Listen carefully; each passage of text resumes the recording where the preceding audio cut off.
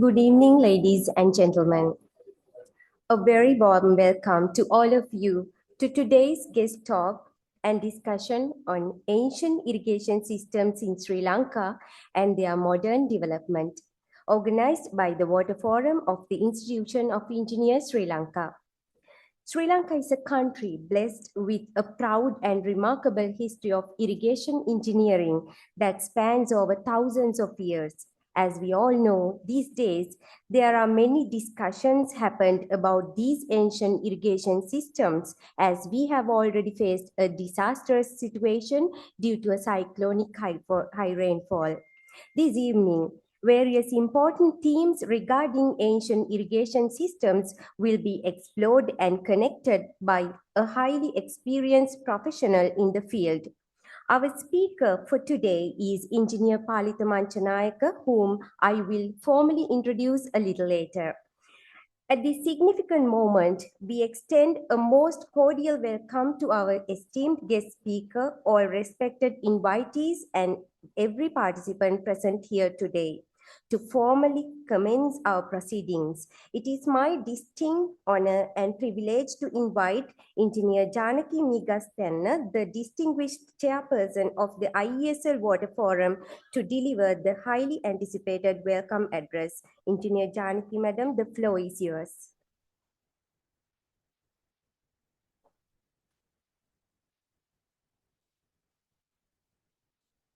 Thank you, Lahruni.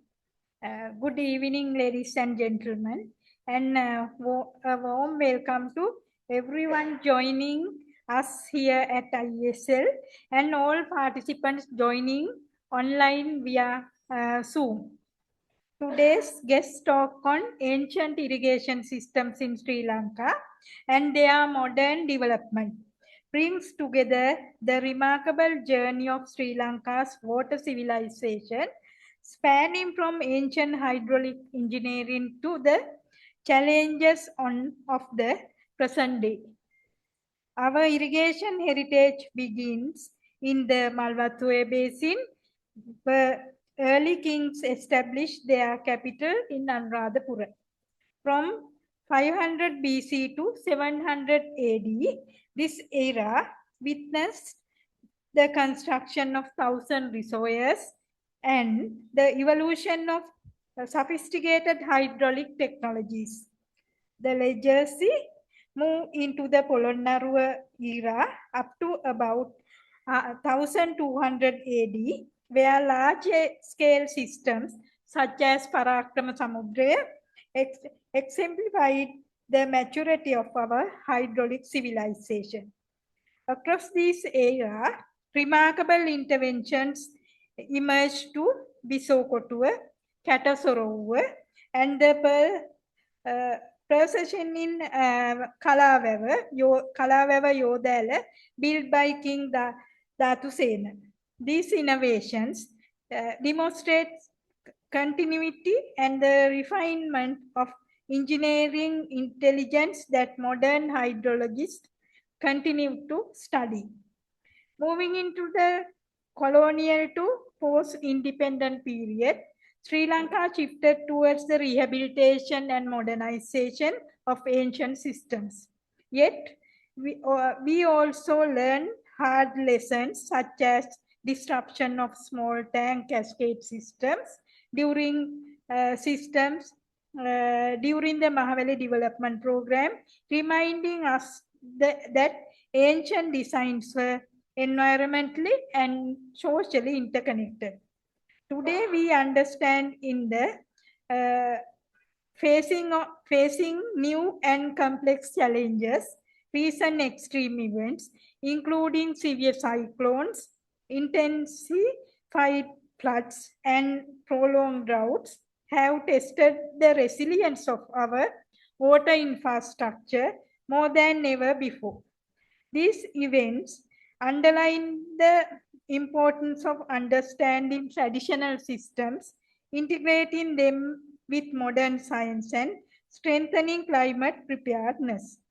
Finally, our decisions will connect these historical eras to the modern Mahavali reservoir systems, a vast interconnected network serving irrigation, hydropower, and interbasin transfer, showing how ancient principles still guide present-day engineering. We are honored to explore these themes with the guidance of an experienced professional in the field, Engineer Palitha Manchanayaka, whom introduced shortly by Engineer Lahiruni. Thank you once again to all our Zoom participants for joining us. I wish you all a meaningful and insightful session. Ladies and gentlemen, thank you once again for being here. I wish you all a productive and enlightening session. Thank you.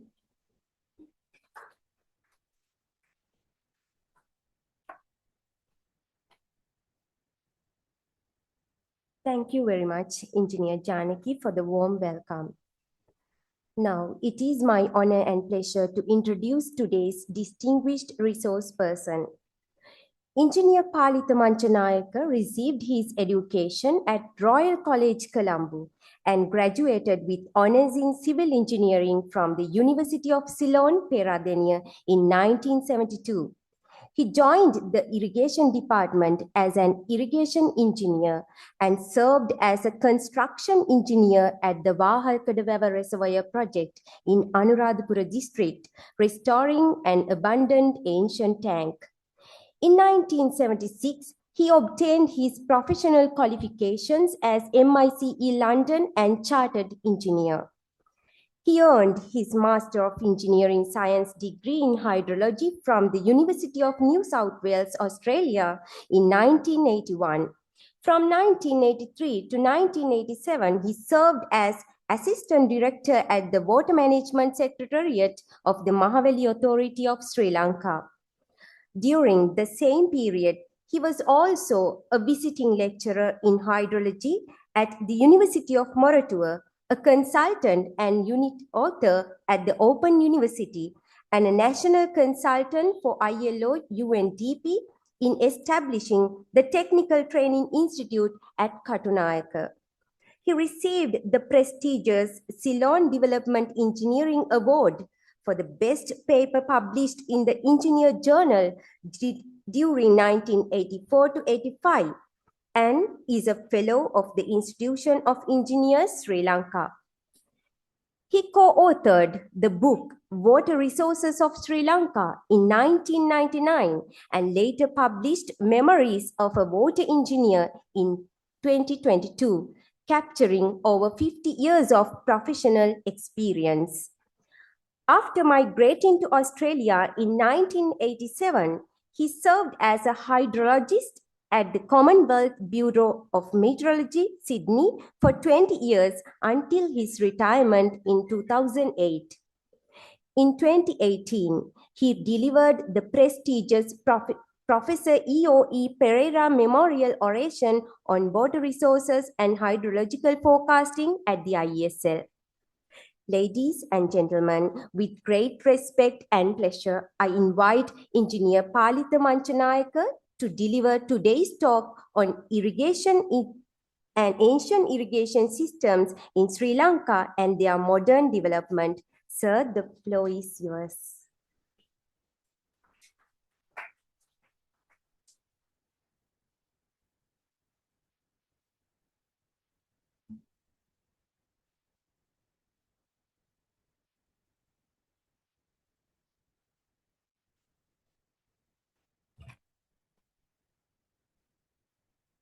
Ladies and gentlemen, thank you, Lahiri, for the introduction. And Janaki, I must be thankful to Janaki for arranging this lecture. Thank you.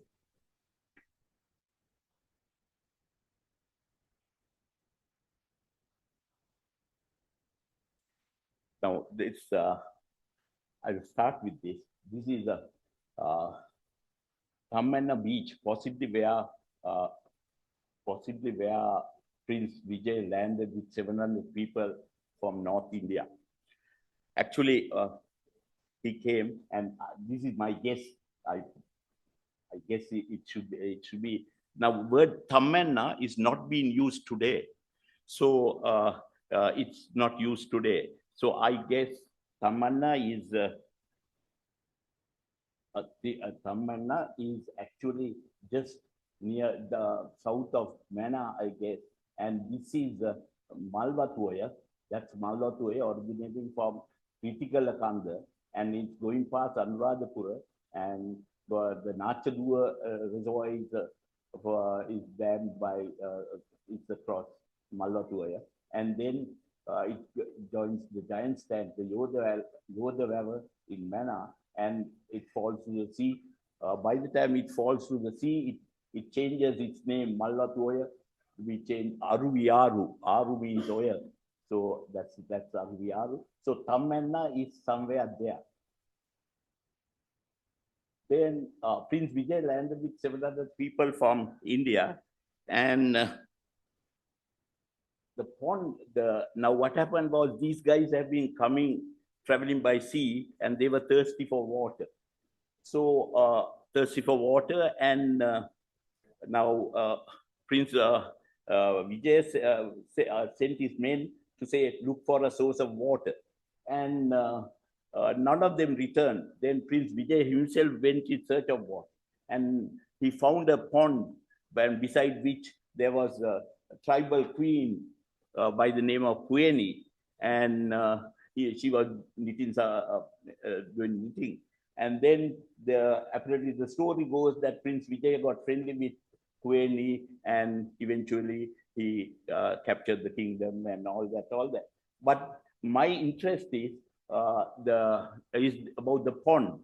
The pond, late Mr. Manamperi, HDS Manamperi, the former director of irrigation and first chairman of the MDB, Mahaveli Development Board, and he was of the view that this pond is not a natural pond, but an artificial one.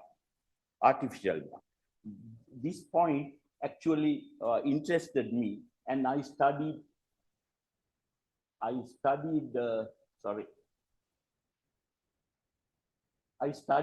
rainfall patterns and the evaporation records of Mana to see that, and that's what it is. And I'll show you.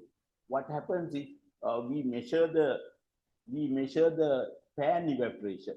Now, pan evaporation, you have to measure according to world standards, WMO, where it should be 3 feet in diameter and 10 inches of water and blah, blah.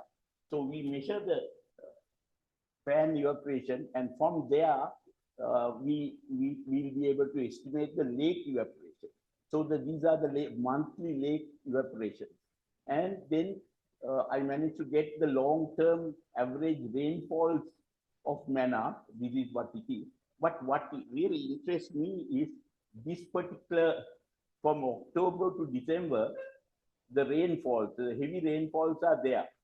And month of June, the monthly evaporation is 134, and the average rain is only 5 millimeters, and the number of rainy days is just 1. And then July again 126.7, like that. So, and the evaporations are quite high. And if I put it in this diagram, we can see the rainfalls are, this is the rainfall. That's only October to November. And the rainfalls in June, July are very small, hardly any. And these are the evaporations. The blue color is evaporation. And this shows that to survive, the Yakshasha tribe, to survive in that area, they should have had a very good knowledge of water conservation techniques. So I think Mr. Manamperi's view, I don't know whether he did a study, but his view is correct. That's what I believe. So the Kueni's Yakshasha tribe they would have had a very good knowledge of water conservation techniques to survive in the area.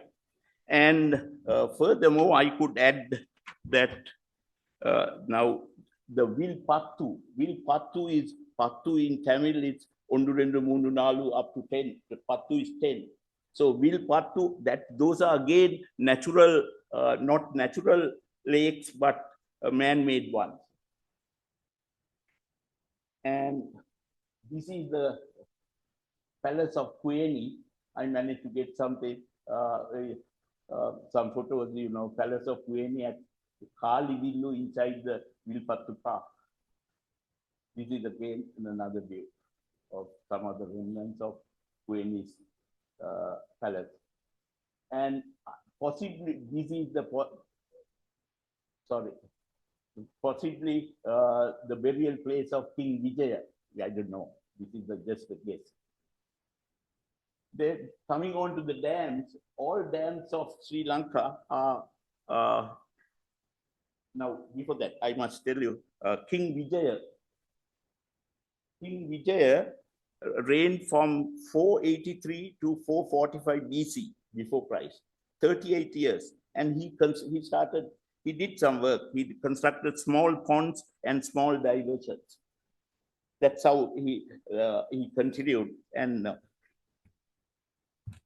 now coming on to dams,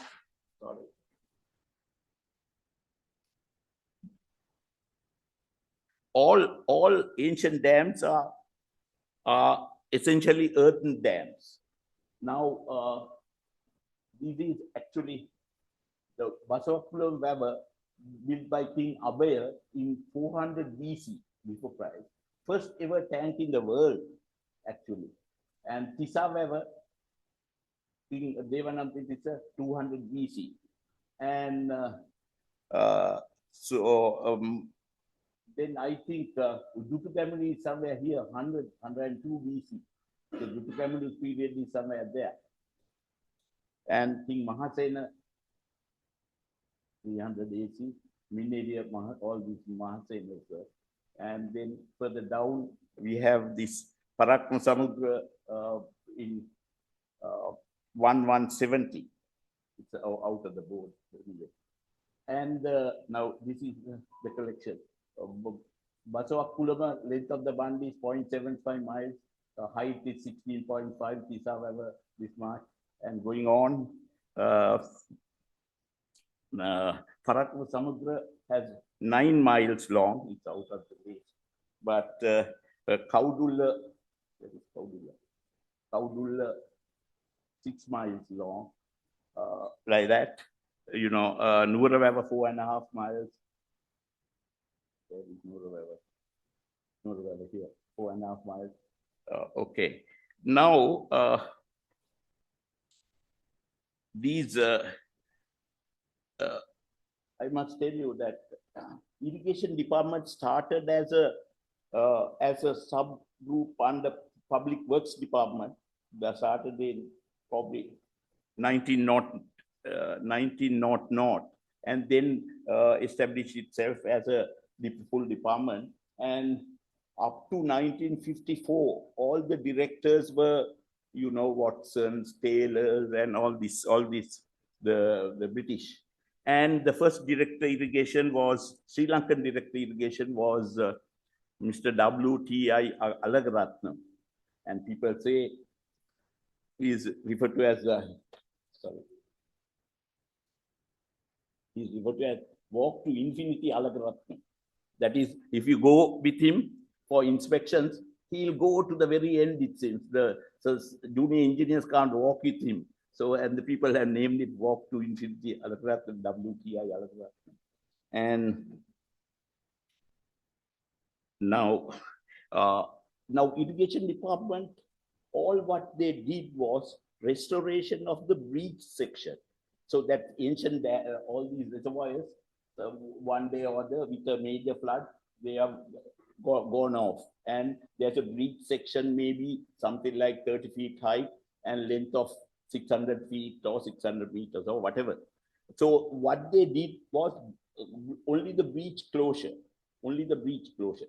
But what happens is, now irrigation department, we have our soil testers, we go with the modern soil mechanics. So we have to find the correct soil.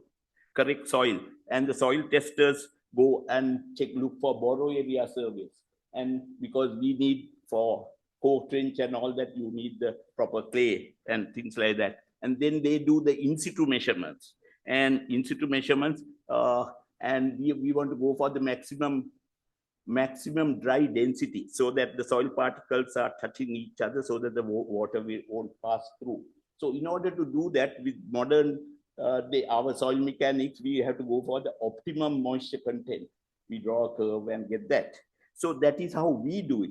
But what happens is now Parakma Samudra has 9 miles long bund. So the breach was done by the present day soil mechanics people. Okay, we are sure of that. But once the reservoir is impounded, the king's soil mechanics is under threat because we don't know how the king has done it.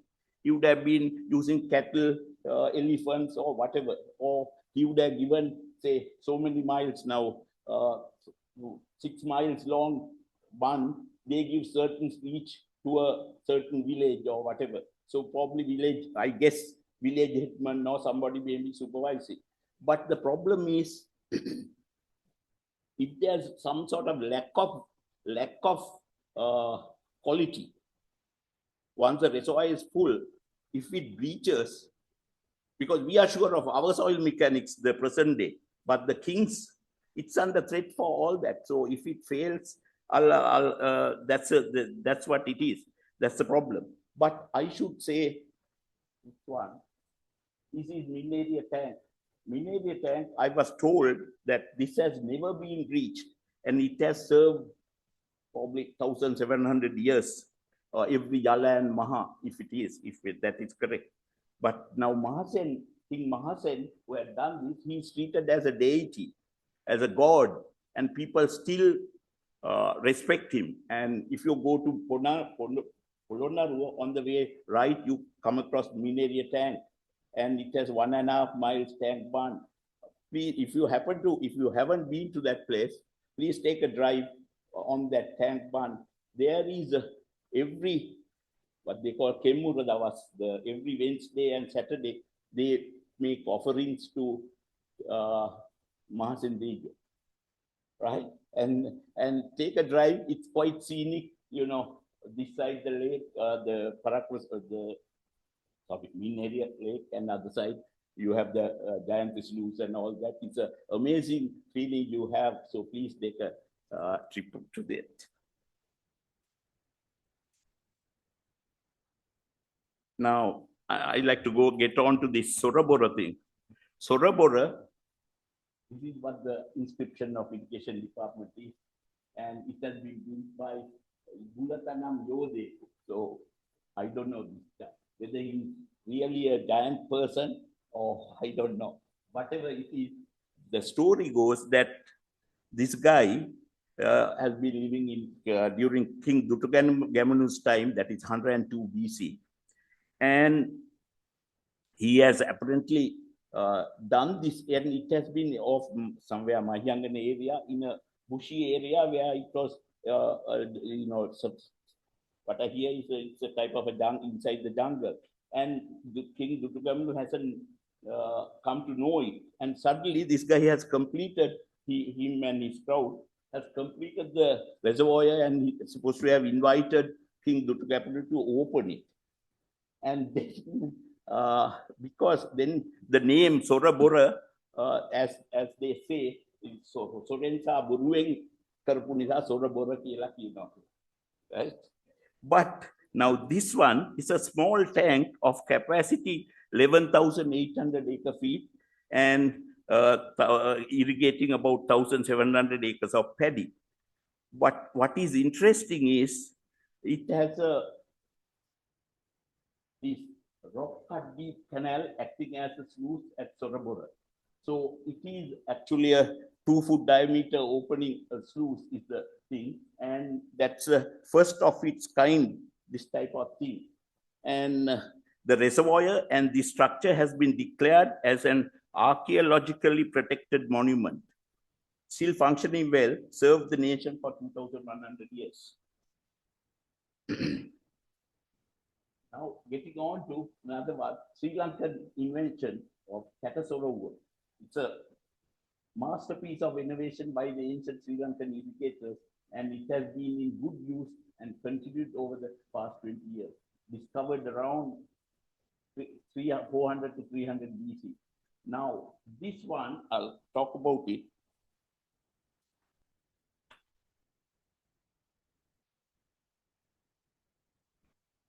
Now, the British, after 1815, when they were roaming around Sri Lanka, they would have come across this uh, uh, this Catasorover, and then they have realized the phenomenon, the of what it is, and then they named the same as you know that Catasorover is nothing but morning glory pilgrim sluice.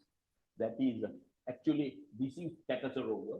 Uh, this is Catasorover where when there's a village tank, there's a clay pipe running across of 6 inches or 1 foot or whatever, and then from the tank side there's a thick collar. On that collar, uh, we, we could keep that what we call kate.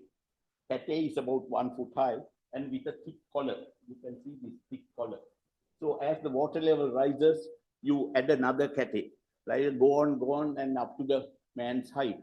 And at the top, once the reservoir, once it is full and going down, you take the topmost kate, then water spills over and it acts as a sluice. So spill cum sluice. Amazing. So this was done in 400 BC, right? So this is a close-up of the Catasorover. Now getting on to, that's for small heads, Catasorover was for lower heads, but for high heads of about, what happened? What happened? I have to, excuse me for this.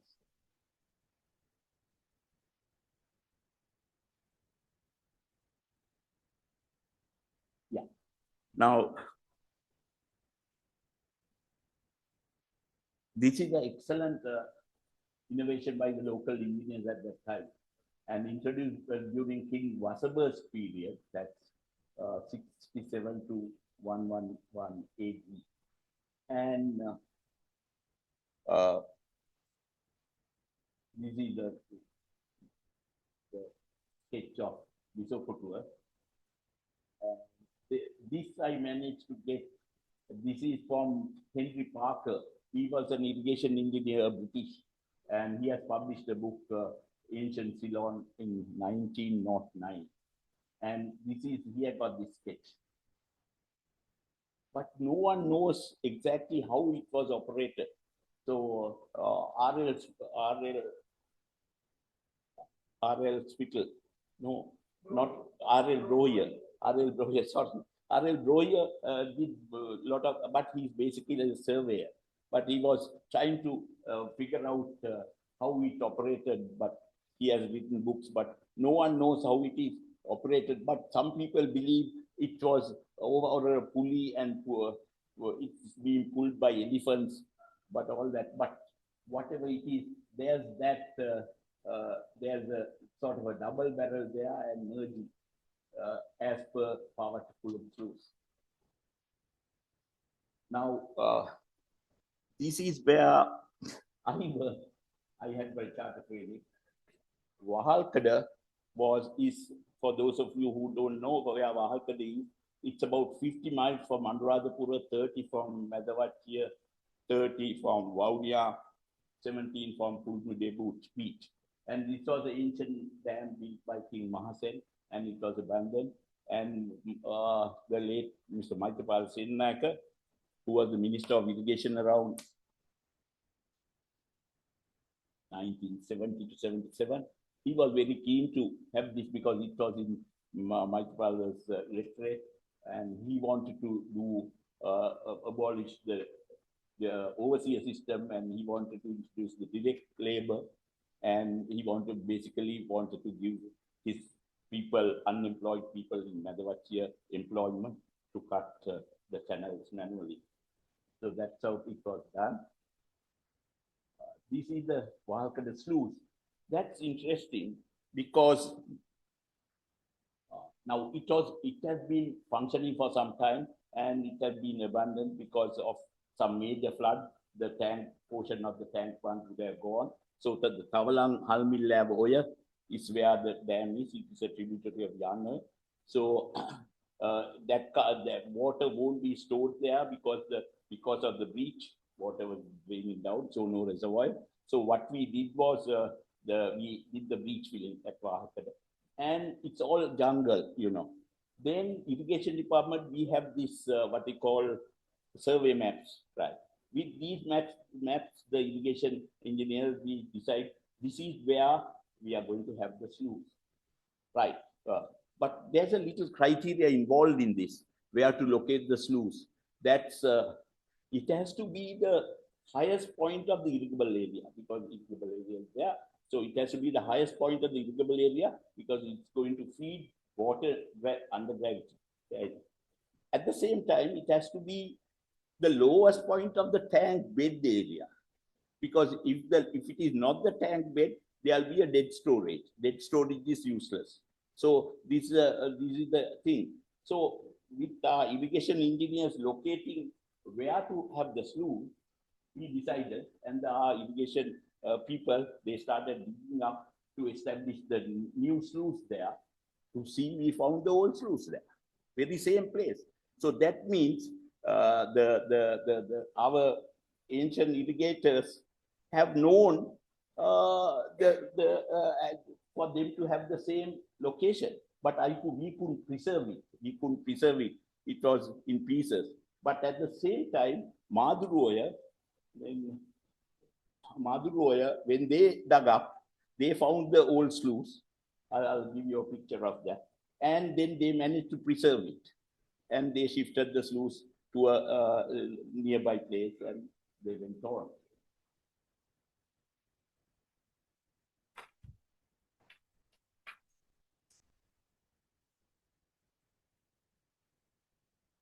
This is a channel out from our Wahalkada sluice.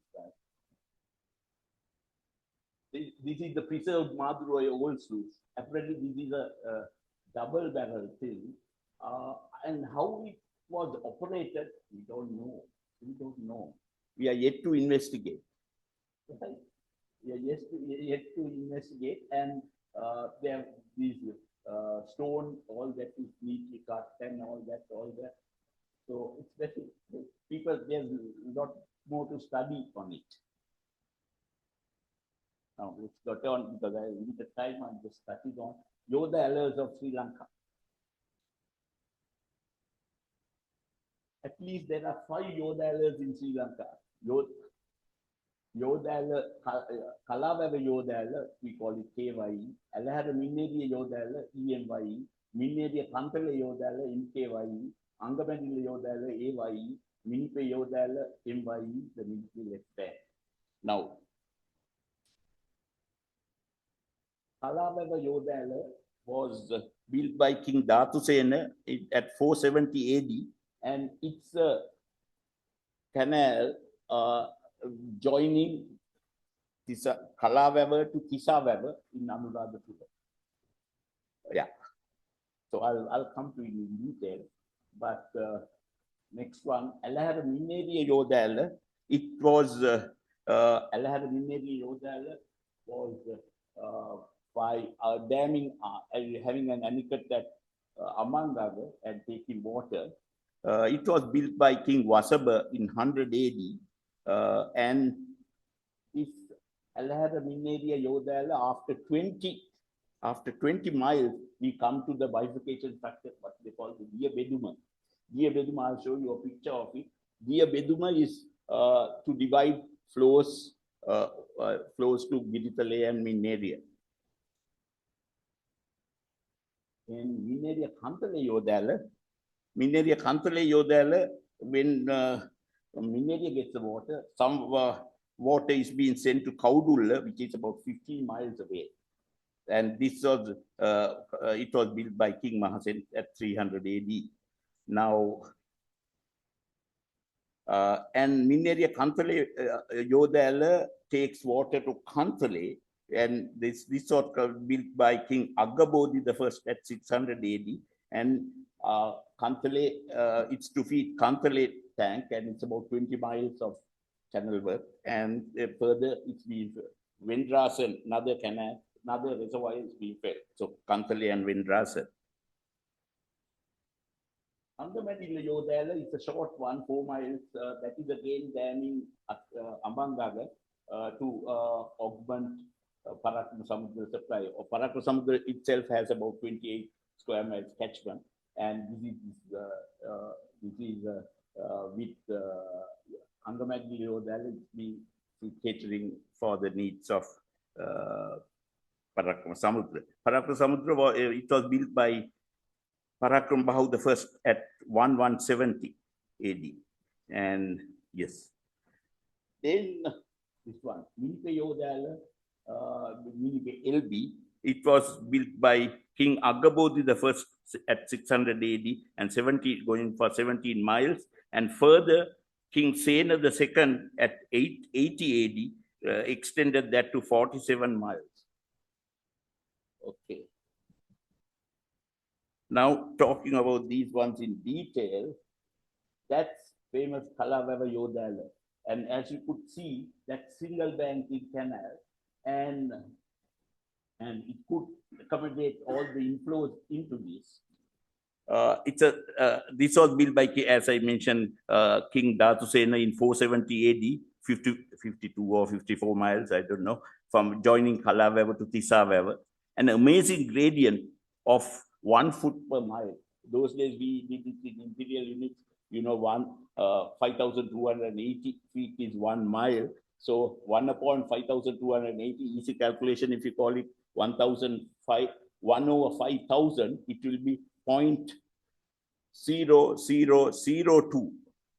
So we can't get these gradients with the slope from our survey equipment. We would go for the second decibel or probably third, I don't know. But now they say this KYE, the first 17 miles, the drop was only 6 inches per river mile. When you work it out, it will be 0.0001. Amazing.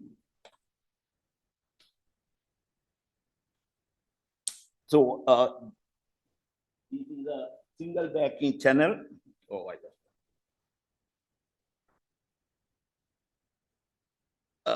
The main thing is it's a single banking channel and traveling along the contour line. And KY takes it can accommodate the intermediate flows, and anything in excess would spill over, and there'll be a system and feeding many more village tanks. Right. But on the contrary, the Jayaganga, which Mr. Jaya Jawardena and our Minister Kamini Disanayaka did in the 80s, it's a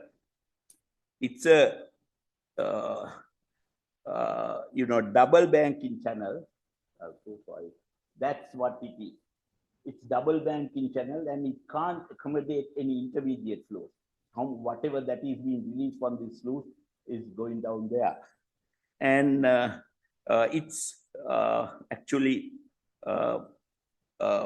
it's going across the contour lines, whereas in the previous one, it's going along the contour lines. And a word about back on this. How they did this amazing gradient was by a technique called series of Amunu Gilma. That's the word, Amunu Gilma. Amunu Gilma, they say Gilma Gahanoa. Gilma Gahanoa is actually you join the Kalavava to the nearest closest village there, and single banking and hold it. Like this is the guess, how they would have constructed. And then there's one single level pool. And then you join it to the next one. And like that, it's one single pool all the way from Kalavava to Tisavava, right? And this Gilma Gahanoa technique they say it's at now Parakul Samudra has 9 miles long tank bund. That's again three reservoirs are being linked. That is Topa Weber, Eramudu Weber, and Dumutulu Weber. That's the same technique. And furthermore, Professor A.V. Suravira of Jayawardhanapura University in Rajavaliya, he has said during the Kotte period also, the contour channel surrounding the king's palace was also built by the same Amunu Gilma technique.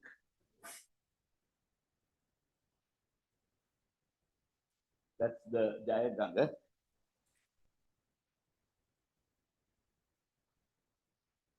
This is Alahramineri Yodahara that has existed for whatever the period. Okay.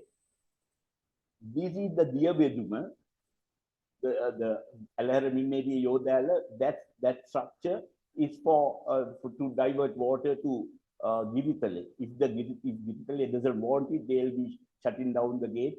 All that flow along EMY will be going all the way to Mimeria. Now, getting to this one, it's a fairly interesting story. How the British demolished the irrigation reservoirs and village tanks in Uva Vellasa during the 1818 rebellion.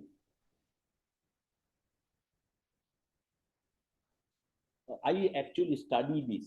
I studied it, what happened. What happened was, let me take this time, I'll try to run through it. The Candian Convention, now the chieftains of Kandy, they signed the agreement in 1815 with Robert Brownrigg, the governor, and they went on. And now 1818, by about 3 years, the chieftains of Kandy, they realized that the British have taken them for a ride, right? They are not adhering to the promises that the Candian Convention that they have signed. Then what happened to it was further to, it got worsened because the Muhandiram of Vellassa, Kohukumre Raterala, he was the Muhandiram of Vellassa. He was removed by the British government, and they appointed a new person, Haji Marikar of Malay ethnicity. And that Haji Marikar went to collect the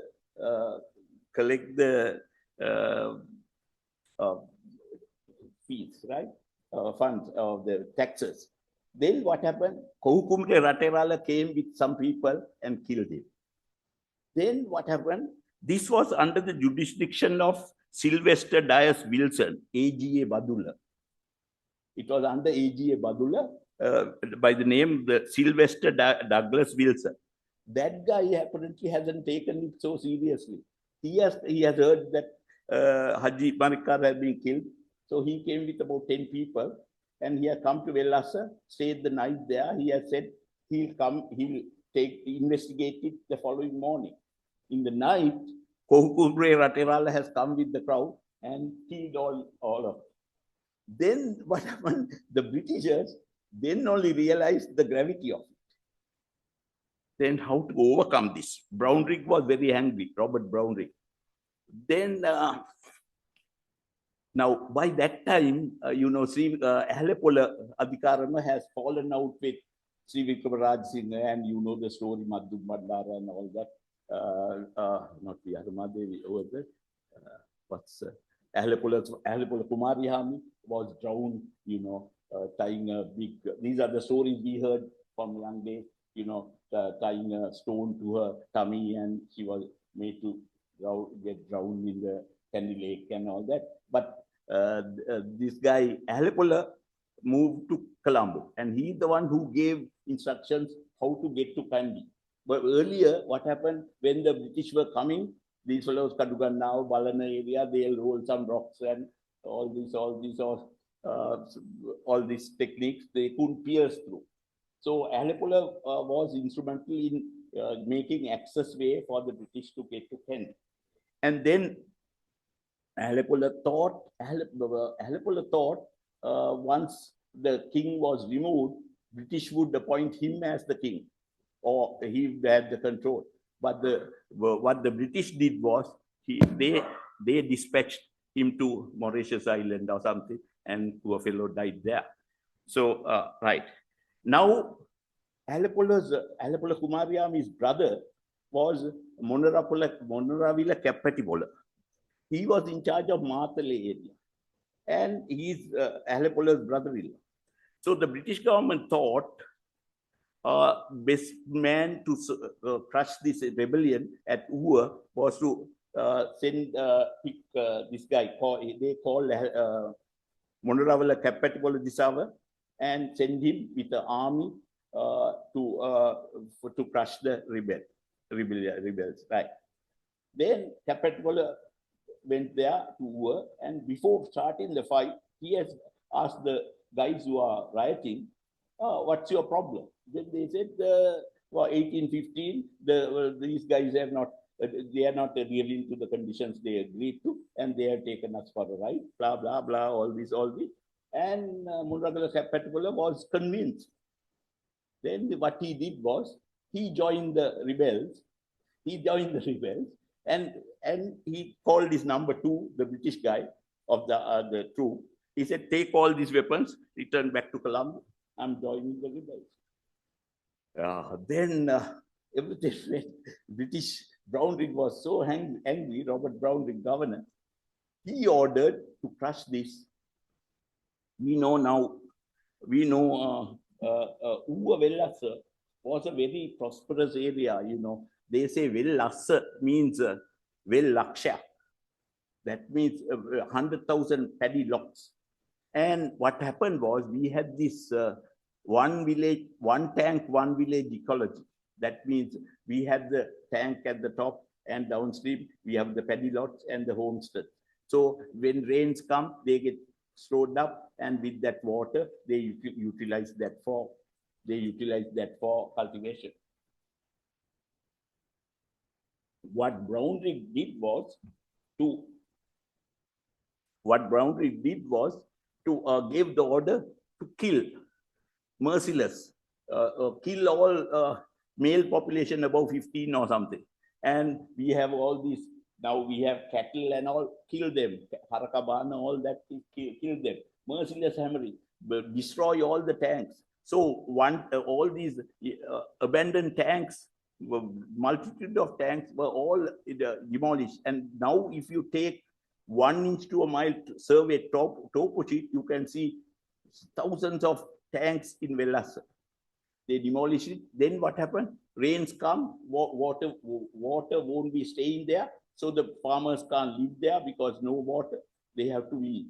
So they deserted Vellassa and moved to other areas. And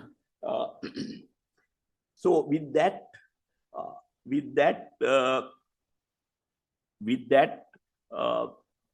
they crushed it. But the Kapatipola and them, they were fighting for nearly 1 year.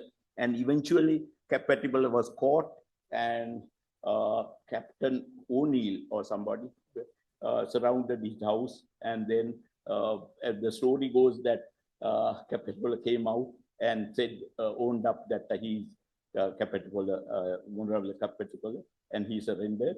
And him and Madugalla Disave were, and few others were sentenced to be beheaded. And then, in fact, the story goes that Kapatipola at Kandy, going to Maligawa and all that, and read Dhammapada, all this, and then said he has requested the guy who is beheaded to go for 1 hit, but apparently he missed it and ran it with the second stroke. I was told. Anyway.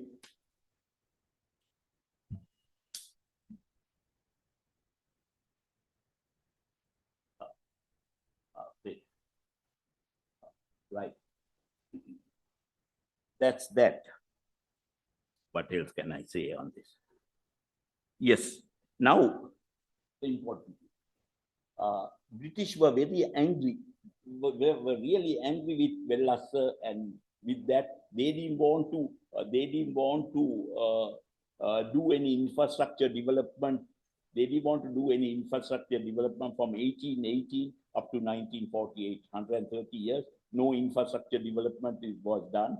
And they did the train line to Badulla, that's to transport their tea. But other than that, they neglected it totally. And then that was it. And it became a barren area and most, poorest type of province in country, unattended, no, all that. And in 1970, the Sirimao Bandaranaike government came in, and with Maithripala Senanayake as the Minister of Irrigation, he started what they call the Lower Ua Development Program, Pahala Ua Samvardhana Yojana Krame. And of which now he demolished all the village tanks, and there were about 2 or 3 bigger tanks like Mutukandi and Ramukannoya. And what happened was, I graduated from university and I joined the planning branch of irrigation department, and under Mr. Jedi Gunawardena and also Mr. Gunawardena. And they gave me the job to do the feasibility studies, carry out from scratch, carry out the feasibility, do the feasibility studies and prepare the feasibility reports for Mutukandi and Ramukannoya. I was a raw graduate and then was given a senior TA, D.V. Vijayasiri. We started off in a 4-wheel Jeep, Hendrik the driver, and we had to find the dam site. No roads, and we went to Mahoya. So Mahoya, it's another story. Mahoya is where in 1930s, Dr. R.L. Spickle has been a specialist, but he was interested in Vedda, the wildlife, and he took up the post as DMO Mahoya, and he had been visiting Tisahami, and that's how the story. And he talks of wild white boy, savage sanctuary, and all these stories are Suduhura and all that. So he used to visit these Vedda villages, and now we have to get there, no roads. So Vijayasiri, my the senior TA who was helping me, he went around the Mahoya and spoke to few people and said, "Apite andone dam site Vevkandiya Kadicca Vevkandiya balan." He said, "Dahagani sir." He had a gun. I think it was an unlicensed gun, but the fellow was aware, and he said he took us, and we said, "You better be with us for 1 month." And he was paid 760 a day. That's a casual wage of a casual employee. He was with us and he took us. And now he says, or he took us. And we were facing wildlife like bears, elephants, deer, everybody there. And but we had only that man as the gunman.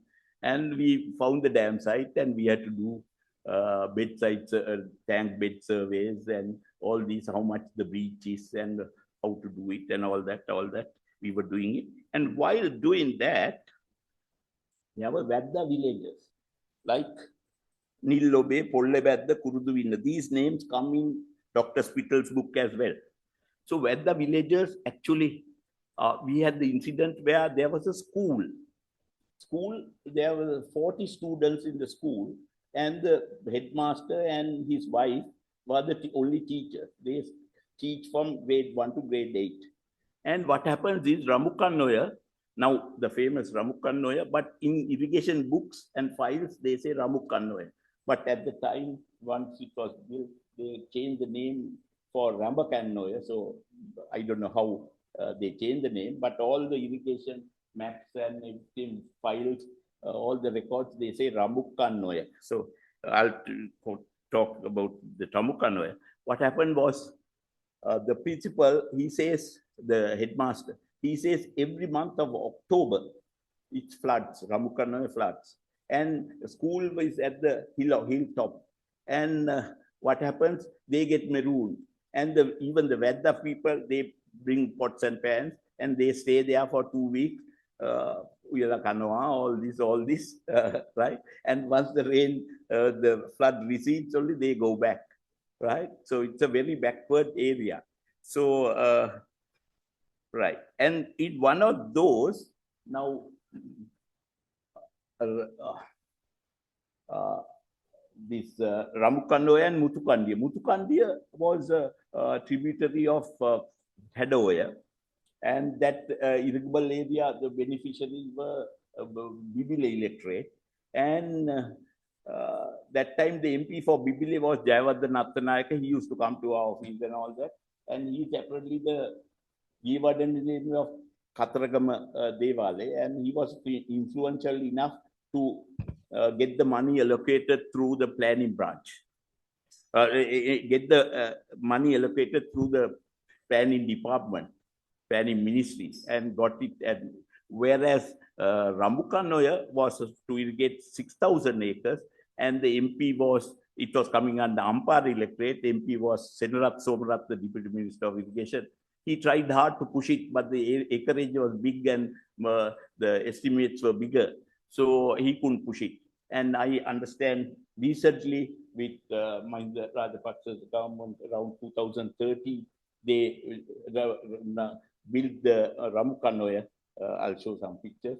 And Mutukandia was completed, started around 76 or whatever, and they completed with Australian help, or Australian Assistance Bureau. I think they completed around the early 80s, if I remember right.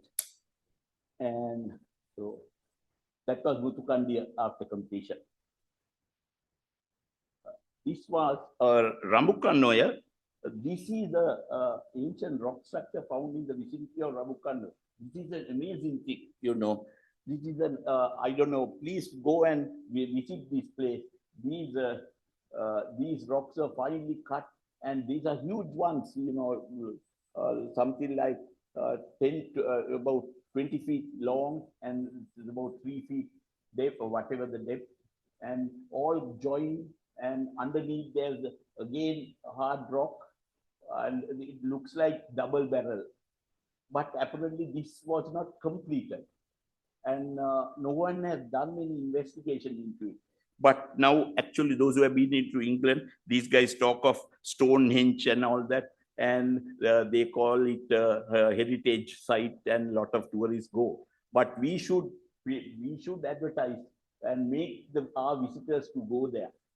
We should advertise, and people should visit this place. And amazing. I don't know. It has all these are how they were brought here. No one knows, and how it was cut to that size. No one knows. I just recently saw a video by somebody, and it's amazing.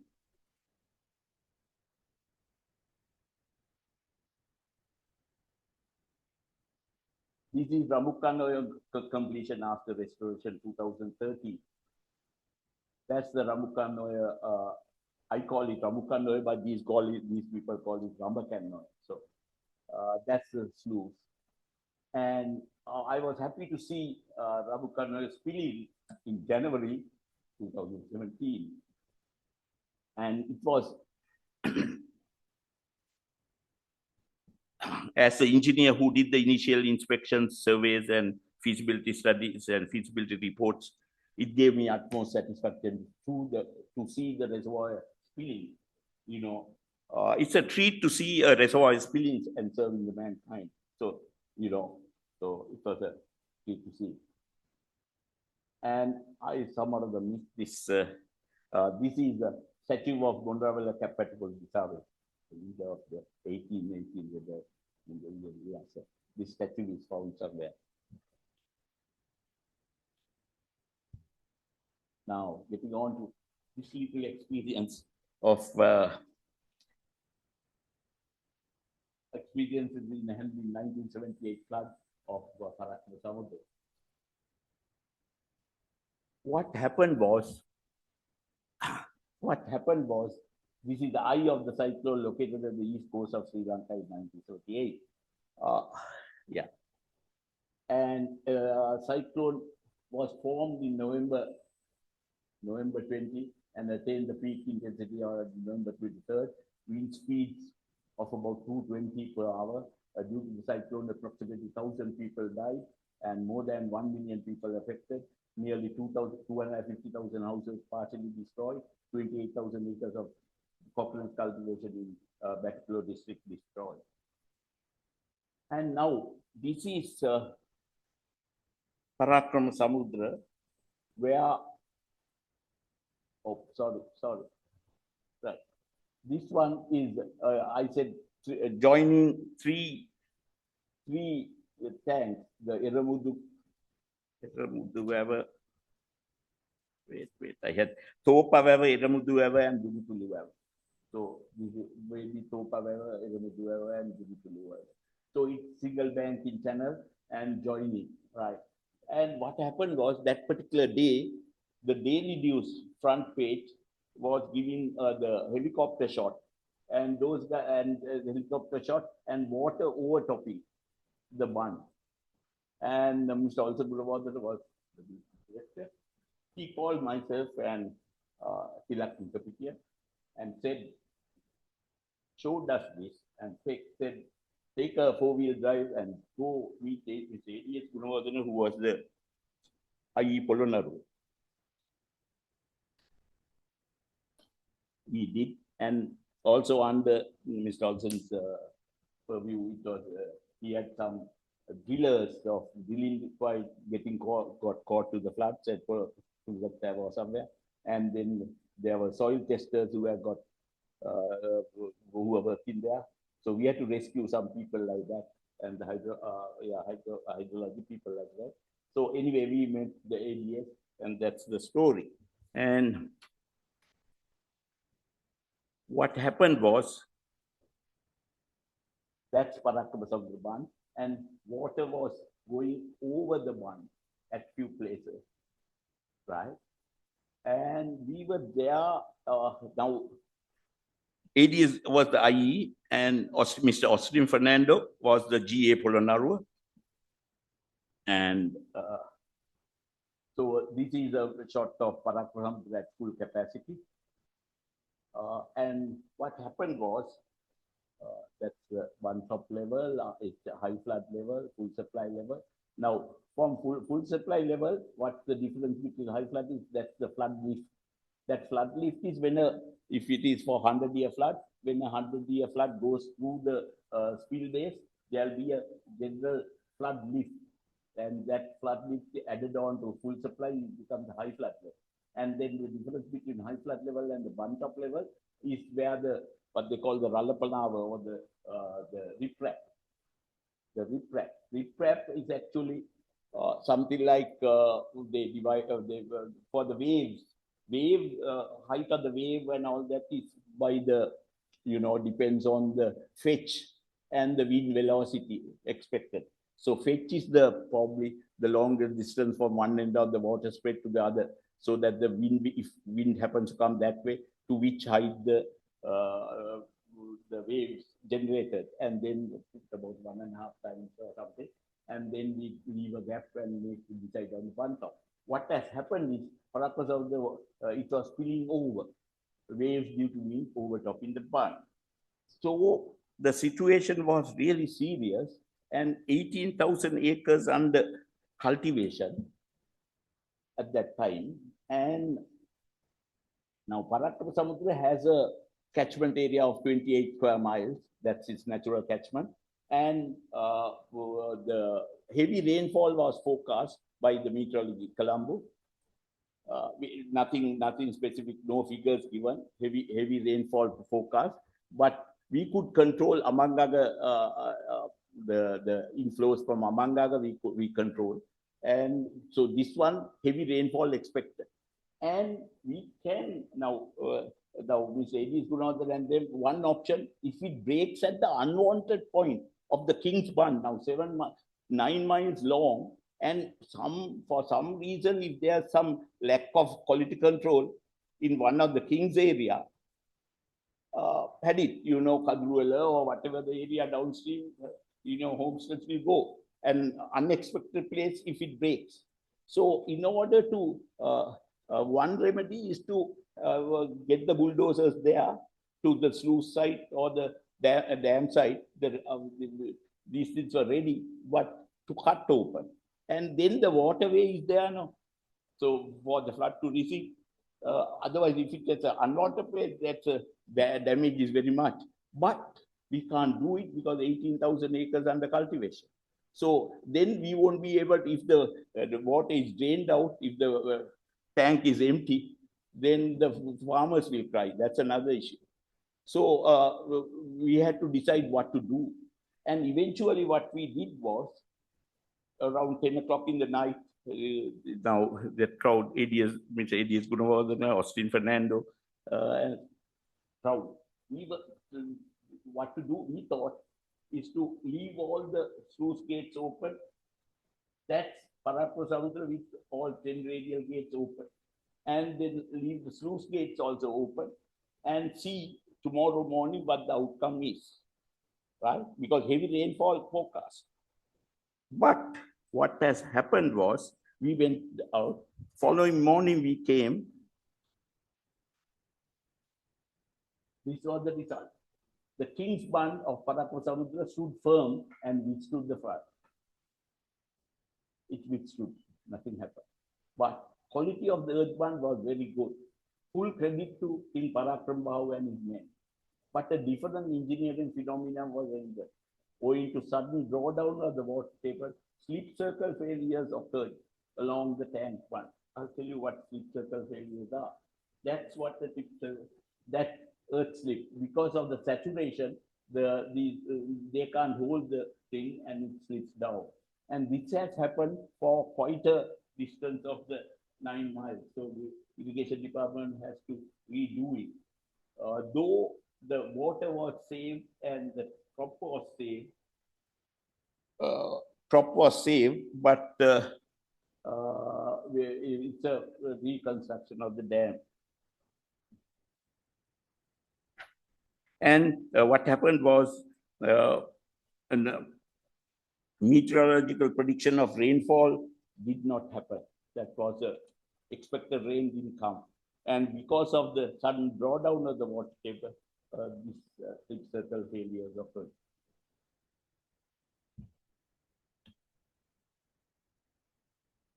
Now, this is interesting. Now, this is interesting. What happened was, this Colombo, Belangville, all over, the jogging tracks, it was very popular and all that. So what happened was, I think Namal Rajapaksa thought good idea to start introduce a jogging track at Parakram Samudra, and Roshan Ransinga, the MP, all welcome, and they wanted to do it. The funds, and well, this is what we managed to get the particular sketch, and probably this was not a engineer design drawing. Some draftsman would have done this. Anyway, whatever it is, they wanted to introduce probably a jogging track disturbing the King's Bund. What happened was, that's the bund, and they had drawn some yellow lines, and anything on top, the riprap, was rolled down to the tank bed. I managed to get some photos from Lanka. So this is what they were rolling down the thing. And that's they were rolling down the thing, and they were happy to put the jogging strip there. And this is what the dismantled thing is, dismantling of the Parappa Samudra. So, yes. And what happened was, we wrote Tilak Nikapitiya, myself, Mr. A.D.S. Gunawardena, and Austin Fernando. We wrote a PSU report we send it to Irrigation Ministry, and we try to, we managed to show it to Mr. Sirisena. He was just an MP, he was not the president. He was just an MP for Polonnaruwa, and probably he would have had this thing against Roshan Ransinga.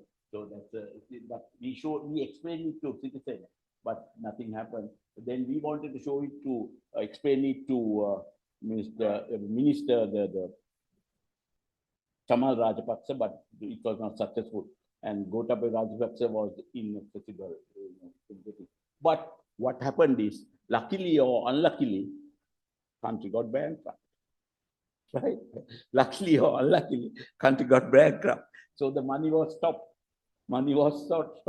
And then, so we said, our argument was, if you leave it like this, don't leave it. If a 1978 flood comes, this will be gone. So please put back the riprap back again. I don't know. Well, Janaki says it has been put back. So if it is the case, well and good, right? Then this was again. This was I think. Excuse me for. I'm just saying what my feelings were. You know, there was a minister in this happened in probably my recollection 1985 or 86 or whatever the period, and Minister of Local Government and Water Supply was, yeah, you know who, and he was the Prime Minister. He eventually became the President, and he is a person where he doesn't want to take any instructions from anybody, and he thinks he knows his engineering, right? And he used to give instructions to various people. And if he decides, I want to have this here, and he won't listen to anybody, and he gets it done. So some or other, he has wanted to install the pump house at Kantale on the King's Bund. And as you know, when pumping starts, there's a jerk. When it stops, there's a jerk. And they have allowed heavy vehicular traffic, you know, Prima and all this heavy traffic on the King's Bund. And there would have been generated tracks and all that. And eventually this resulted. And amazing part is they have driven, I don't know, this would have been, who did it, Water Supply and Drainage Board maybe. I don't know, that's their project to, because Minister Premadasa wanted to supply water, Kantale tank water to some, Kantale town or Trinco, I don't know. So, but they have driven piles and driving piles on soil. I don't know. So that's the problem. And there's another shot for the file. And controversy, yeah. But this person, I'll tell you, he was Minister of Highways as well. A friend of mine was telling me, when the road takes a bend, and if you are going at 60 miles per hour, and then there's a chance for the cargo to get shifted away because of the centrifugal force.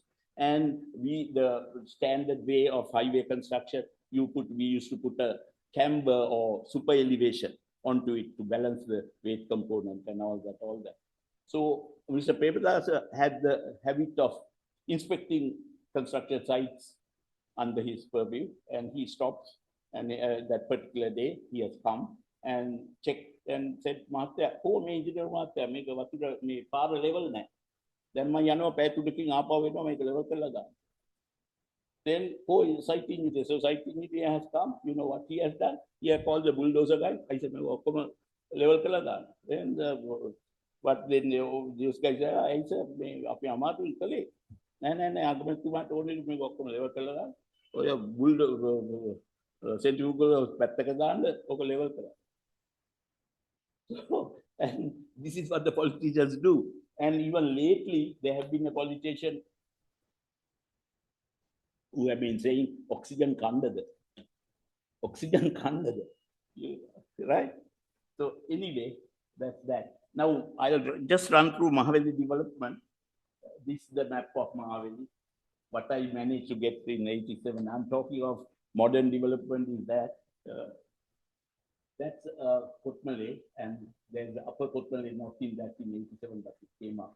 And then Polgola, and then the Subuganga, power generation at Ukuela, 40 megawatts, and coming and to Bovatane, and from Bovatane, we can get to Kalavera, Kandalama, all this. Kalaweva Radangana, Kalaweva speaks Radangana, and then the Nityagama, all this, whatever, and this way it's going.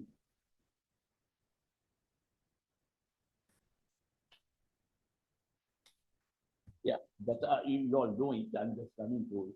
You will remember. And then from Bovatana, it's among other diversion, and then Givitale main area, and then Kaudula, all this. And then further down, it goes that way. Alle Kamsale, Mahaliganga, all this. And from here, it's Polgola with Victoria, Randavigala, all this. And then the Umayyas have come up and all that stuff, yeah, Rantave. And then we have the Minipe LB there, and the Minipe RB. We have three crossings, you know, the Baduloya, there's a Fidak, the Logaloya, Pepoloya, and Diapana. In 1978, I could remember we were in Hyderabad. The local lawyer was, I think I did the design for the 100-year flat Hyderabad. Anyway, and it's coming to Uliti and Ratkida, and the channel taking to Madhuya. And these ones, you know, local lawyer, Hepola, and Diaban, they were level crossings, I think the zigzag. The labyrinth spillways, they are quite nice, you know. And even Pidurakta getting more Mahavali waters, they introduced this riprap labyrinth spill, and that's a popular popular bathing spot going down. That's that. There's a more elaborate one. I think we should be able to run through it, and you all know all about it, but for complete. So my modern development stopped at 1987. I don't know. These recent ones are not included. All this, you know, Murugakanda and all these are. This is what I managed to. That was the up to 87. Thank you.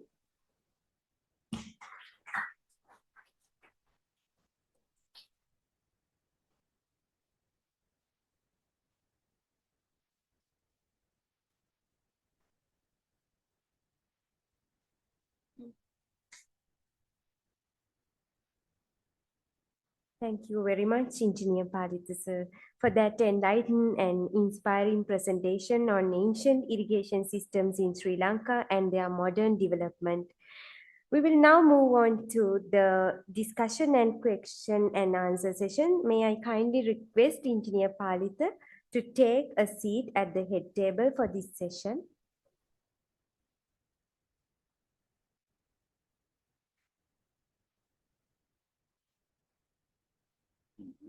Yeah. I now invite the audience to actively participate by raising your questions, comments, or observations. Kindly introduce yourself before asking your question.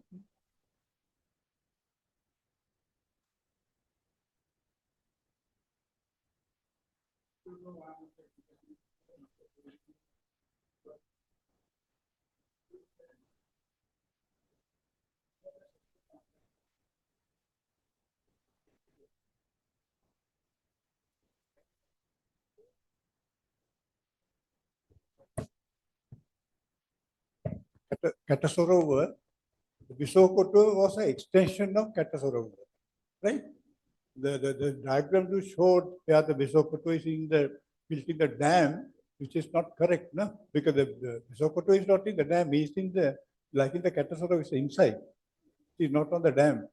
So we said it is a weir, not a sluice, because like a Katasorovar, to the plants, one by one, so it is actually a Katasorovar, a large Katasorovar, but it is not in the bank. If you show the slide, I'll show you what the problem with the slide is. That slide there shows the. Yes, yes, I'll cover it.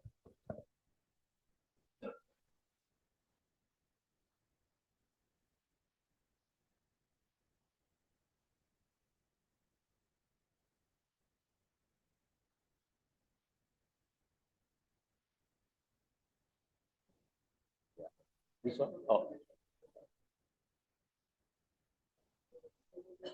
Oh, yeah.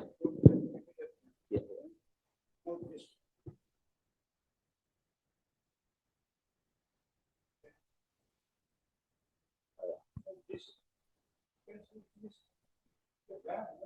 Yeah, yeah, yeah, yeah. Uh-huh. I see. Yeah, yeah, yeah, yeah.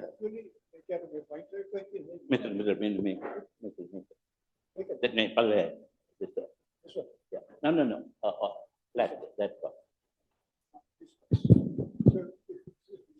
Yeah, right.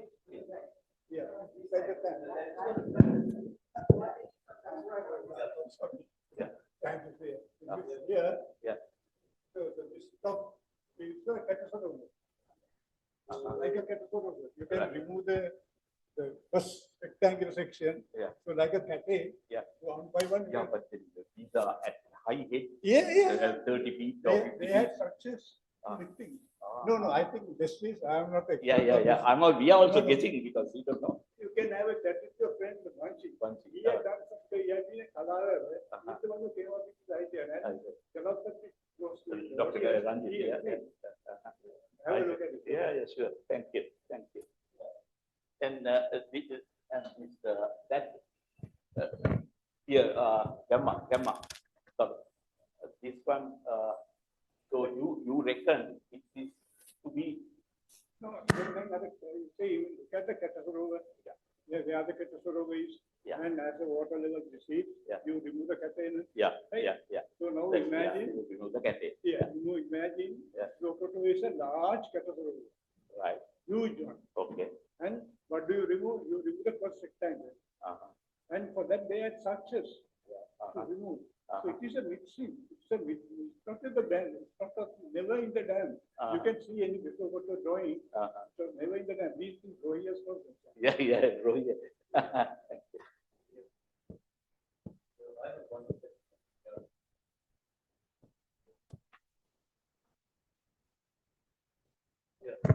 Thanks, thanks, Pancha. It was very good explanation. But my question is not to Mancha, to somebody here who is currently in the irrigation water management. That is, these ancient dams. We don't know how these were built, but the presently the disaster management. I don't know whether we have a system of getting, I know irrigation department those days had soil testing and water records.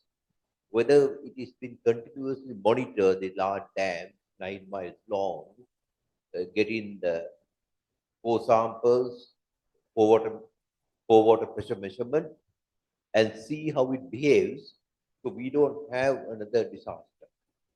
Like Hantale, it was man-made, I know, but then because ancient ones, we don't know how these were. Because I know some places, I know New Zealand, we had a situation where rail track that was built in the around 1900, so around 1990s, they built not a reservoir, maybe flood protection thing, dam. In that, I was in, but there, the core samples are taken, but you can't rebuild it because you don't know how it was done with various rubbish being put and they are compacted railway. But they have system of monitoring the pore water pressure, the piezometers about 40 or 50, which are being monitored after rainfall 50 millimeters over a 24-hour period. Then you get the SCADA things, which after that you go and inspect those. The SCADA system is there, level measurements. Anything more than 50 millimeters, that is a reasonably high rainfall, you go and physically look at the thing for cracks and things.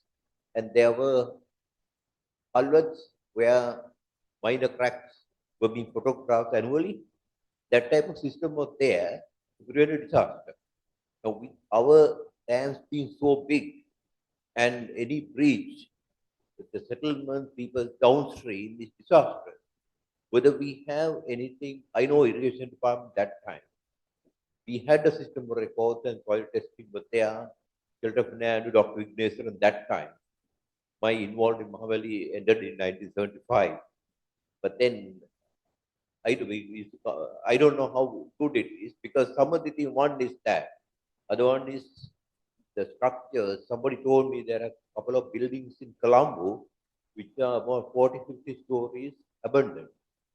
So that type of thing is a real be a disaster if something happens. So if someone from here can sort of enlighten us, where are we heading? Thank you. I think there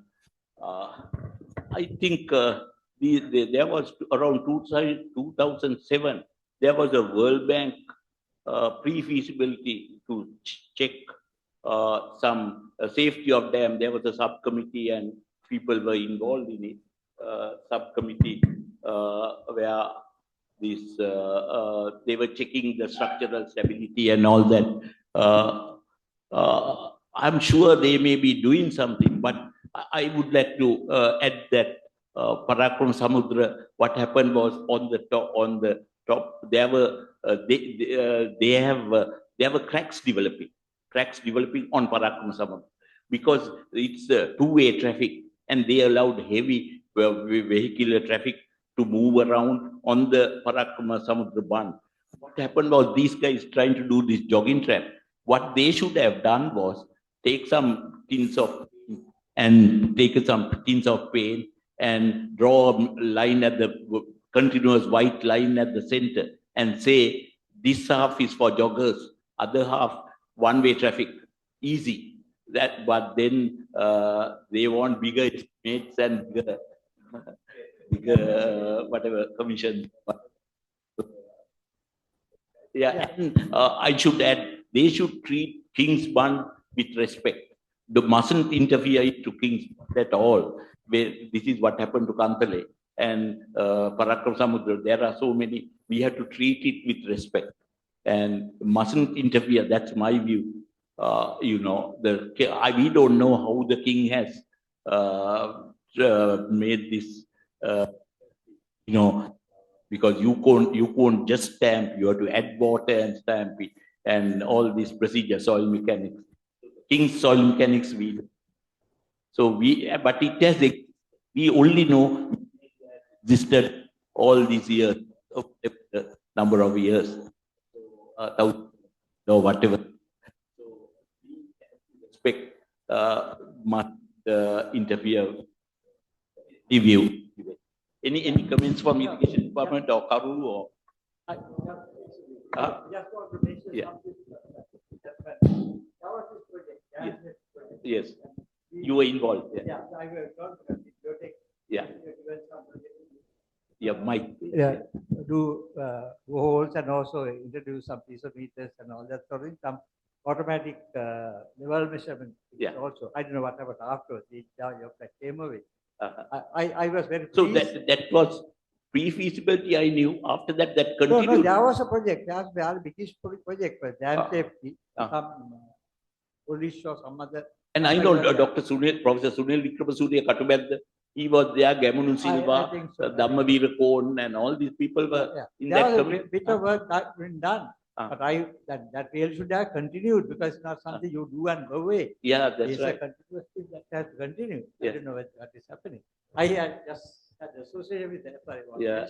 And I also want to mention about the Kantale. Kantale, yeah. Because we were doing the treatment plant, water treatment plant, I see. and at that time, it was Conrad. Yes. They were very, very upset Ah. when they decided to do it. The farmhouse in the dam. Dam. They don't do it. They predicting this. So Mr. Ponraja said, don't do it. I thought, yes, sir. And then what happened?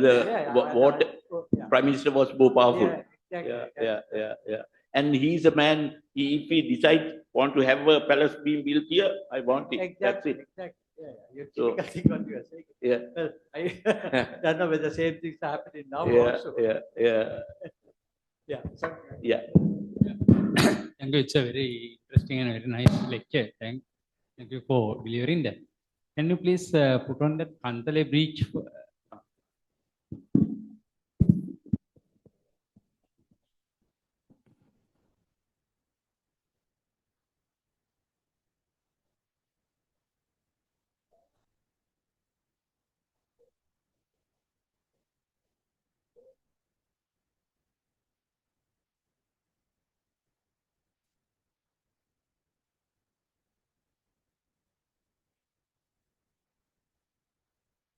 Yeah, that's right.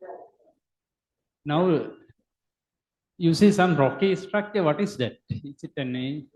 This is actually, I got these two photographs. Because of inside the that dam, little bit, huh? inside the earthen dam, such a structure is something very peculiar. Huh?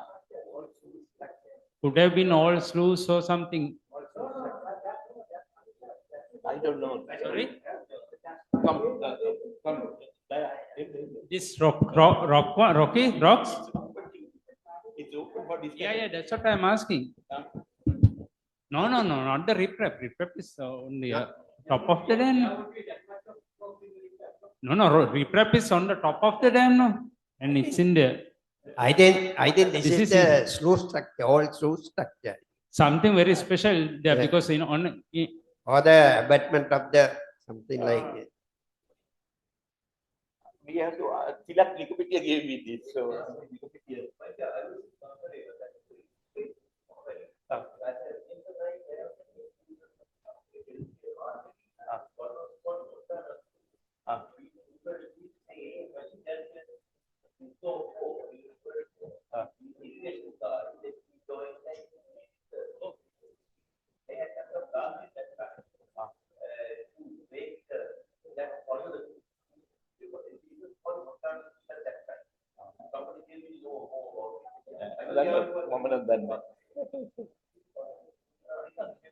Karul, you have any comments? Couple of comments because I'm a man from Polonnaruwa. Right. On the particular day of cyclone, I was in Polonnaruwa.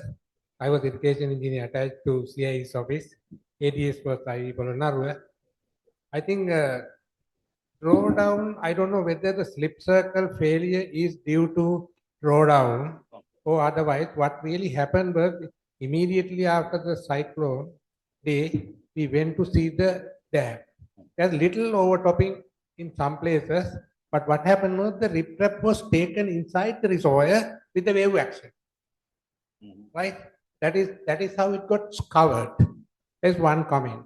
The other one, when we were reconstructing the dam during ADS time, and we found what you call the Silalekane, stone inscription, which was inside the dam, which says that King Parakram Bahu constructed this structure. The comment I have is that there is no so-called King's Bund. Right? My feeling is that reservoirs are built between two hillocks. Right? Though it is 9 kilometers long, natural ground is at least about 3 to 4 kilometers. I see. Because you see from the ASP's bungalow up to GS bungalow, that's a natural ground. So that is under the Topa Weber. Yeah, exactly. Just after Topa Weber, you have the natural ground, and these natural grounds are connected with the constructed dam. Okay. And other observation But I you have. agree that it's a single bank in Yeah, it is. People consider it as a single. banking level pool. Yeah, dam. Other one is most of these reservoirs are built on quartzitic band. You know Sudukanda. Even Giritale, just opposite Giritale is Sudukanda. And you can see the bottom structure. If you see, it is starting from Kirindioya up to India. That quartzitic band is going. I think if you refer to Professor Vitanagi's geological mapping, you can see most of the dams are constructed on this. The other school of thought of the Kantale failure is the poor water pressure. Because when the poor water pressure builds up, it's like a bomb, right? It happened in what do you call Pekulam. There's a small tank. During that period, I was in charge of construction of the sluice and the Pekulam Dam. There was a section which we built on the quartzitic bed. We didn't remove the cords. We built the dam on that one, but there was a small leak. After that, it get exploded. And I think there is some people are talking about this pile driving and all sort of things cause this damage. But my other way of thinking is the pour water pressure is a very dangerous animal. If you want to think about the dam safety, you have to release the pressure. That is why you have chimneys and blankets and the tow filters, right? You can see Kirindiyo Dam. We have a very nice tow filter. We have a very good blanket and the chimney. It was very well done. I think that's one of the best construction done by local engineers. I think many more things to come in, but it takes time. I'm sorry.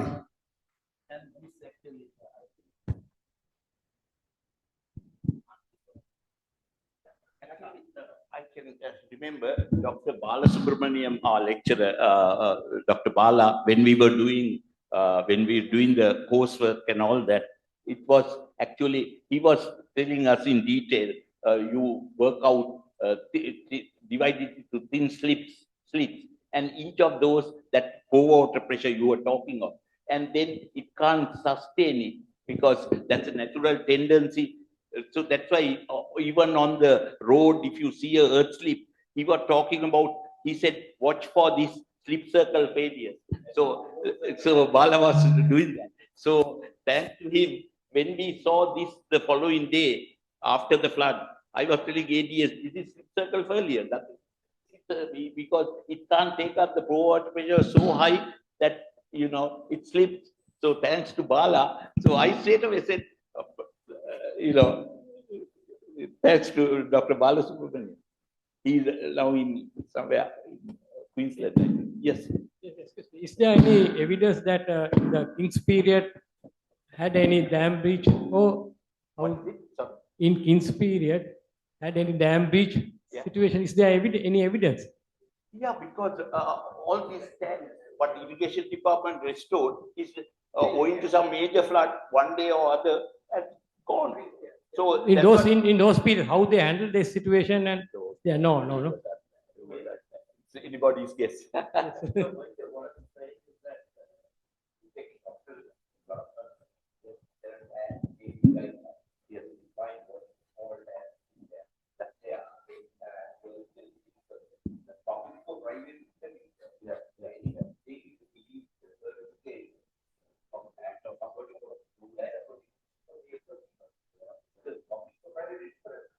And the other one was saying about that what is actually said, like say who's got to do it, that was the phone number that the auditor said, there are emergency calculations, we could check on it, and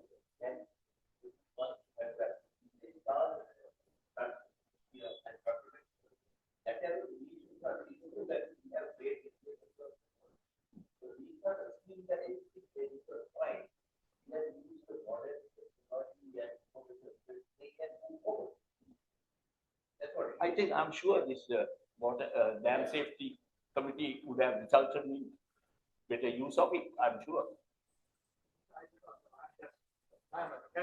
Yeah, I know. Right. Exactly.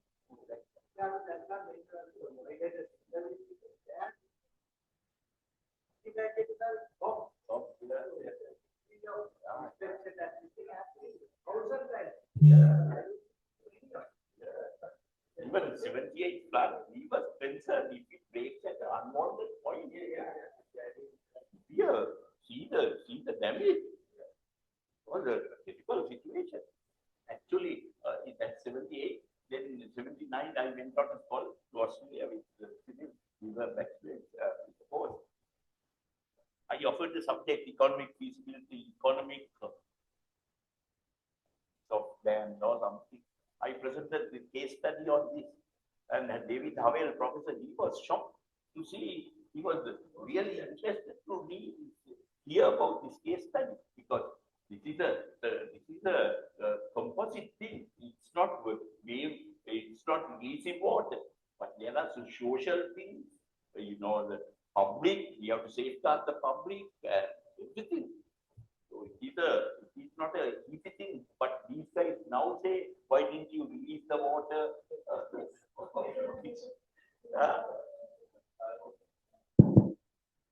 There's another point, Palita, I would like to mention. I was lecturing at the tourism college for the chauffeur guides and the national guides on ancient irrigation and modern irrigation. I think ADS was doing it before. When he said, I can't do it, then I had to take over and I started doing it. There I started reading the Ceylon history and R.L. Brohier. You can see the Brohier, the present Mineria system or Alahara system, if you take all that is up to Kantale, all that is in the R.L. Brohier's book. And on the way to Kantale, it feeds Protovava and Talakolava and small tanks. That system was there. Even the Angamadilla was mentioned in R.L. Brohier's book. I think since you are doing little research, but you can parallelly read your historical guidance as well as the R.L. Brohier's findings. And there is another one thing that it was said like this. දැන් අපි කියනවානේ මේ මම සිංහලෙන් කියන එක හසෙන් වැටෙන එක බිඳුවක්වත් මූදට යවන්න දෙන්න එපා කියලා පරාක්‍රම බහු රජුරෝ කිව්වා කියන එක විතරයි දන්නේ. In IWM or MI also International Water Management Code, that is there, it is printed there, right? And what I am saying is, in that R.L. Brohier's book, there was an inscription translated to English by Mudlier Mendes for R.L. Brohier. It says, don't cultivate rice in precious lands, land covered with, this is Parakram Bahu's statement. At the bottom he said, let not allow a single drop of water to go. Because Parakram Bahu has given a very nice, what you call planning exercise, so planning directions to his ministers, how they should plan it, where to cultivate rice, where to have the gems, where to have the rock, and all that is being very well described in that R.L. Brohier's book. Just for your information.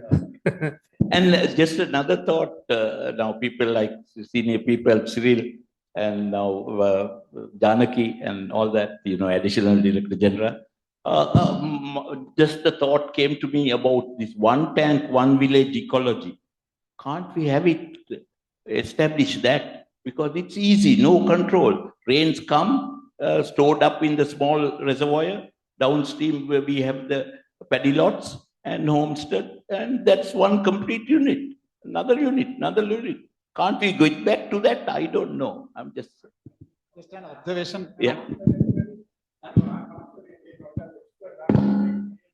Yeah.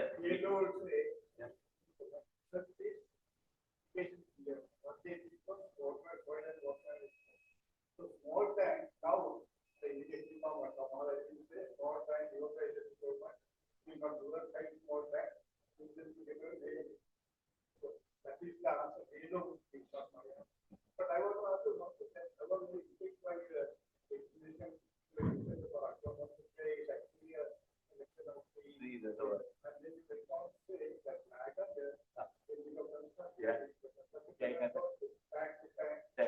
No, it's double banking. That is illa. What is it?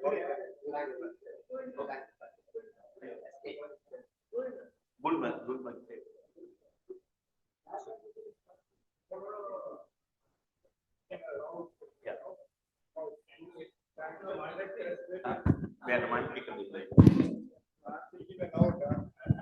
Expert, I can think aloud now, right? Yeah.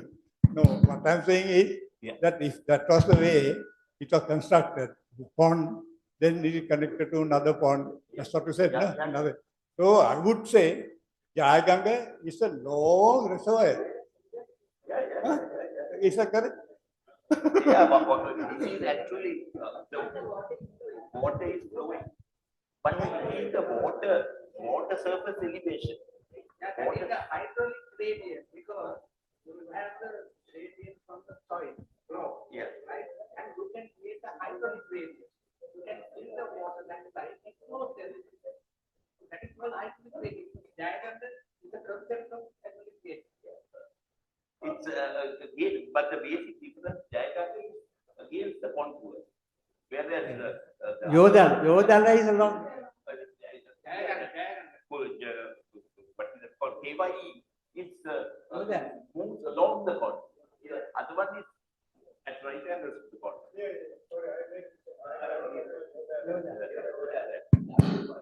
I want to ask a question, Mr. Ram. You mentioned about the large number of small tanks in Ua.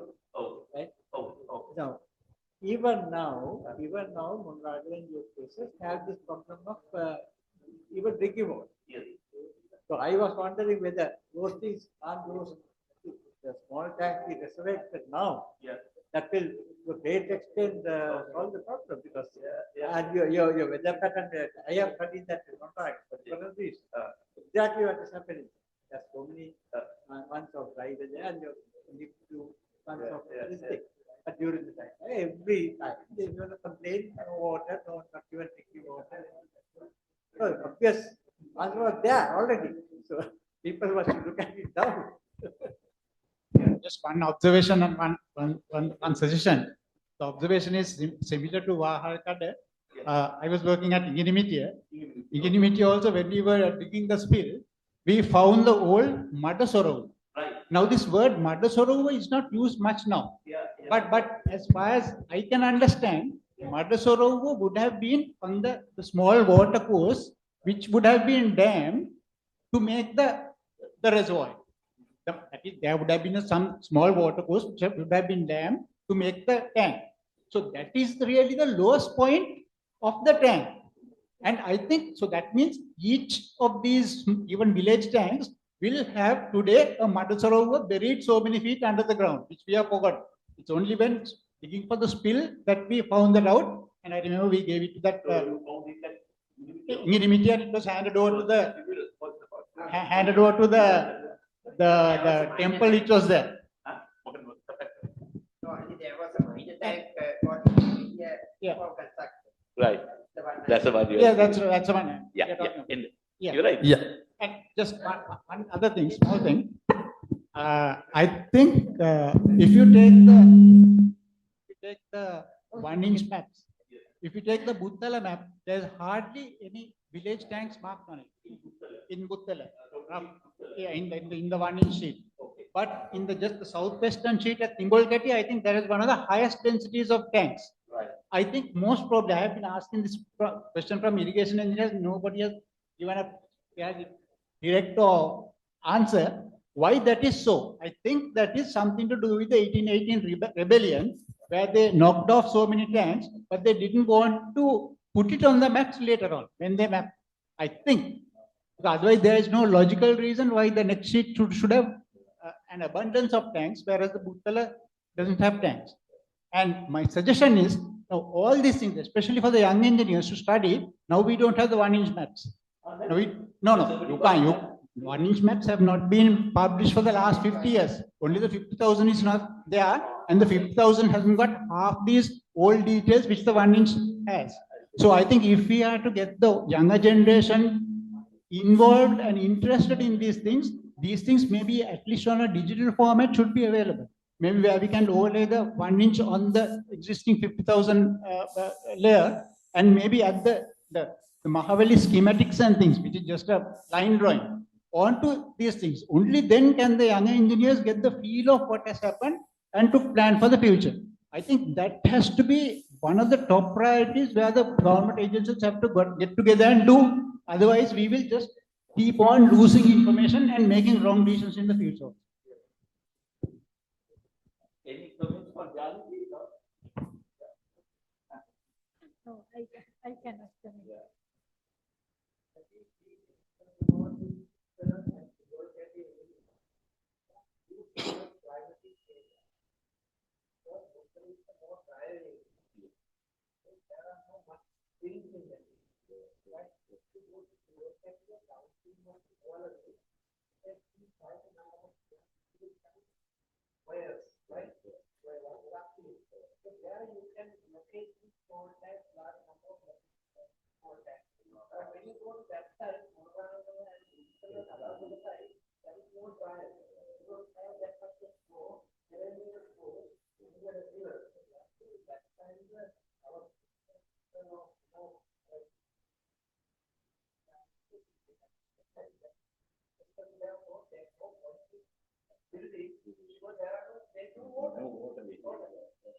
Whether I have inspected velocity. When I was doing one day and multitude of dependent and too much.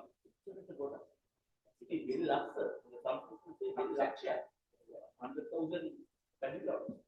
In that thing. Just one comment from my regarding this. What Yodalas, there was a kind of an idea that Yodalas were just joining few independently located tanks. I think it's not the case. Yodala is a single contour canal which is which has only one bund. The other side could be a higher land or sometimes a saddle-like thing. When you meet a saddle there, it becomes a reservoir because the water spread becomes higher and higher. So that way you find along the canal you create reservoirs. So those are the ones which we now think we have joined. It's not the case. It's due to the bund only those reservoirs have been formed. So the leveling has been a very serious issue for that canal. It's not the joining of existed reservoirs. Those reservoirs are created by the bund.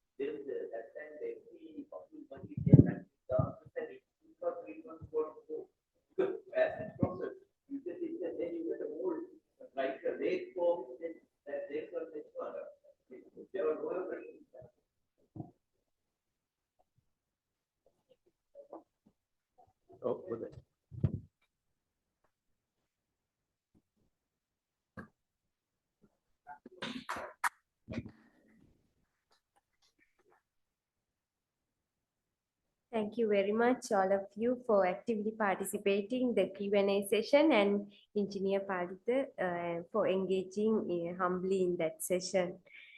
So we have already arranged a special token of appreciation for today's distinguished guest speaker. To receive this gesture of our gratitude, I cordially invite Engineer Palitha Manchanayaka back to the stage. And to award the token of appreciation, it is my great pleasure to invite Engineer Karunasena Hettiarachchi, Senior Engineer and former Secretary, to the stage.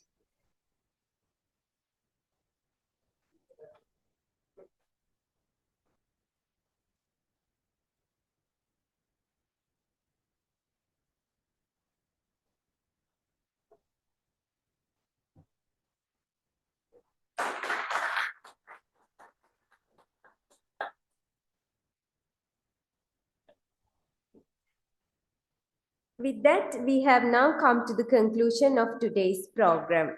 On behalf of the IESL Water Forum, we extend our sincere gratitude to our esteemed resource person, Engineer Palitha Manchanayaka, for his brilliant and insightful address on ancient irrigation systems in Sri Lanka and their modern development. Thank you, sir, for sharing your expertise with us today. We also convey our thanks to members of IESL Water Forum, including our chairperson, Engineer Janaki, and for organizing this timely important lecture. Our appreciation also goes to the Institution of Engineers Sri Lanka and all the organizing staff and volunteers for making this event a great success. Finally, thank you to all the participants and invitees for your presence and attention, and all the Zoom participants for joining the session today online. We hope you found today's session both valuable and informative. Thank you all. I wish you all a very pleasant evening. Thank you and have a safe journey home.